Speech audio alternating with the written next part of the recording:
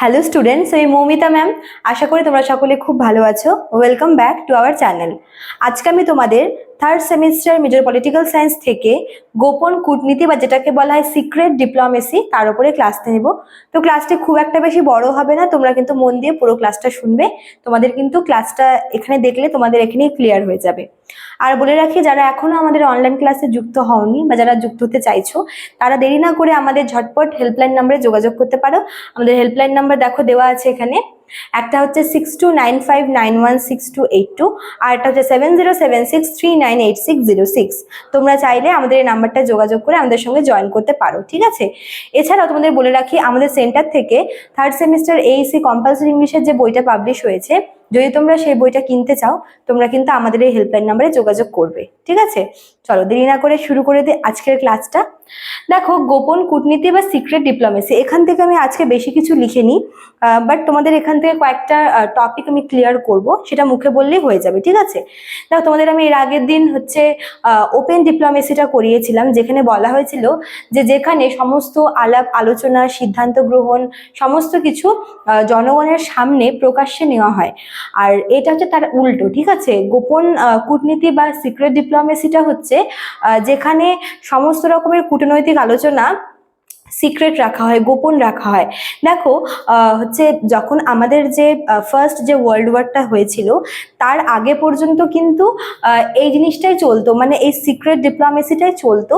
But তারপরে কিন্তু এই যে উন্মুক্ত যে ডিপ্লোমেসিটা বা এই উন্মুক্ত যেটা আর কি কূটনীতি, সেটা কিন্তু আসে। কিন্তু প্রথম বিশ্বযুদ্ধের আগে পর্যন্ত এই গোপন ডিপ্লোমেসিটাই চলতো।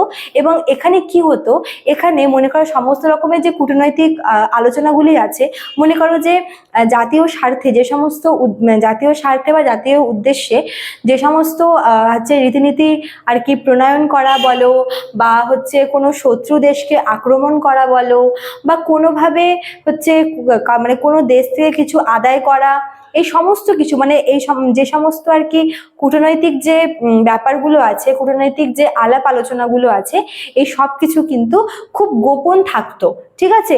এবং এখানকার কিছু সুবিধাও ছিল, মানে এই গোপন ডিপ্লোমেসির কিছু সুবিধাও ছিল। কিরকম? দেখো, এই যে কূটনীতি জিনিসটা, এই যে ডিপ্লোমেসি জিনিসটা, এটা কিন্তু ভীষণ মজার, ঠিক আছে? এখানে সবাই যে সেও কিন্তু মানে এখানে আর কি জয়েন করতে পারে না, ইনভলভ হতে পারে না। এই যে কূটনীতি, এটা হচ্ছে খুব শার্প ব্রেনের কাজ, এবং খুব অল্প সংখ্যকই মানুষ থাকে যারা যাদের মাথায় এই সমস্ত কূটনৈতিক বুদ্ধি থাকে, যারা প্রকৃত কূটনীতিবিদ হয়, ঠিক আছে? তো এবার হচ্ছে এই ওপেন ডিপ্লোমেসিতে কি হতো, সেখানে জনগণের সামনে সমস্ত কিছু হচ্ছে প্রকাশ করা হতো, ঠিক আছে? এবার জনগণ মানে এতজনের ইন্টারফিয়ারেন্সে কি হতো, যে জিনিসটা ঠিকঠাকভাবে হতো না। মনে করো যে জনগণের সামনে প্রকাশ্যে কোনো একটা প্ল্যানিং রাখা হলো, এবার জনগণের সামনে প্ল্যানিং রাখার ফলে কি হচ্ছে, যে জনগণ নিজের মত প্রকাশ করছে, তাই না? এবং কি হয় যে এই যে মতামত যে গ্রহণের ব্যাপারটা, সেটা কেউ রাজি হয়, কেউ রাজি হয় না, বা প্রত্যেকের থেকে মতামত গ্রহণের সময় ভীষণ বিলম্ব হয়ে যায়, দেরি হয়ে যায়। এবং এর ফলে কূটনীতিবিদরা যেই প্ল্যানিংটা করেছিল, অনেক সময় দেখা যেত যে সেটা ফ্লপ হচ্ছে বা সেটা ঠিক করে কাজ হচ্ছে না। এবার এই সিক্রেট ডিপ্লোমেসিতে কি হচ্ছে, এখানে যেহেতু সবটা খুব গোপনে চুপিসারে করা হচ্ছে কাজটা, এবং শুধুমাত্র কিছু কূটনীতিবিদরাই এই আলোচনায় অংশগ্রহণ করে, এবং জনগণের সামনে যেহেতু মানে জনগণের প্রকাশ্যে যেহেতু এই ডিসিশনগুলো নেওয়া হয় না, খুব গোপনে সন্তর্পণে এগুলো নেওয়া হয়, ফলে কাজও খুব তাড়াতাড়ি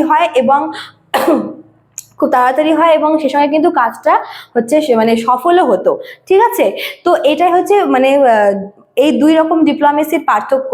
তো এই যে গোপন বা সিক্রেট ডিপ্লোমেসিটা যেটা আছে, এটা কিন্তু মেনলি খুবই হচ্ছে মানে এটাই হচ্ছে তোমার বলতে পারো যে এটা বেশি কাজ দেয়। কেননা এক্ষেত্রে কি হচ্ছে, যে যখন মনে করো যে যখন গোপনে কোনো কাজ হয় না, তখন হচ্ছে জিনিসটাকে কিন্তু মানে কয়েকজন মিলে সুন্দর করে হ্যান্ডেল করে নেয়, মানে সবাইকে সুন্দর করে দায়িত্ব দেওয়া হয়, যে হ্যাঁ মানে প্রত্যেকের মধ্যে কাজকে ভাগ করে দেওয়া হয়। ফলে যে যার কাজ ঠিকঠাকভাবে করে এবং কাজটা খুব সুন্দর করে হয়ে যায়, ঠিক আছে, এবং পরে যে রেজাল্টটা হয় সেটাও কিন্তু হাতে নাতে পাওয়া যায়।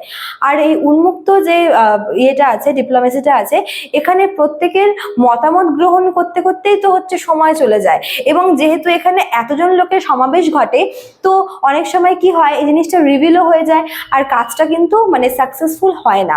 তো এই যে সিক্রেট ডিপ্লোমেসিটা, এটা হচ্ছে মানে ডিপ্লোমেসির বলতে পারো যে একদম পিওর যেটা আর কি ফর্ম এটা।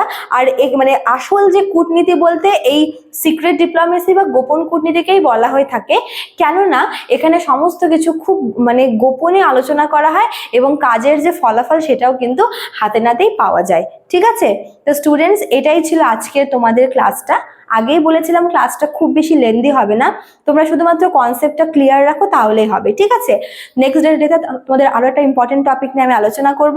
আজকে এতটুকুই থাকলো, দেখা হচ্ছে নেক্সট ক্লাসে। Thank you.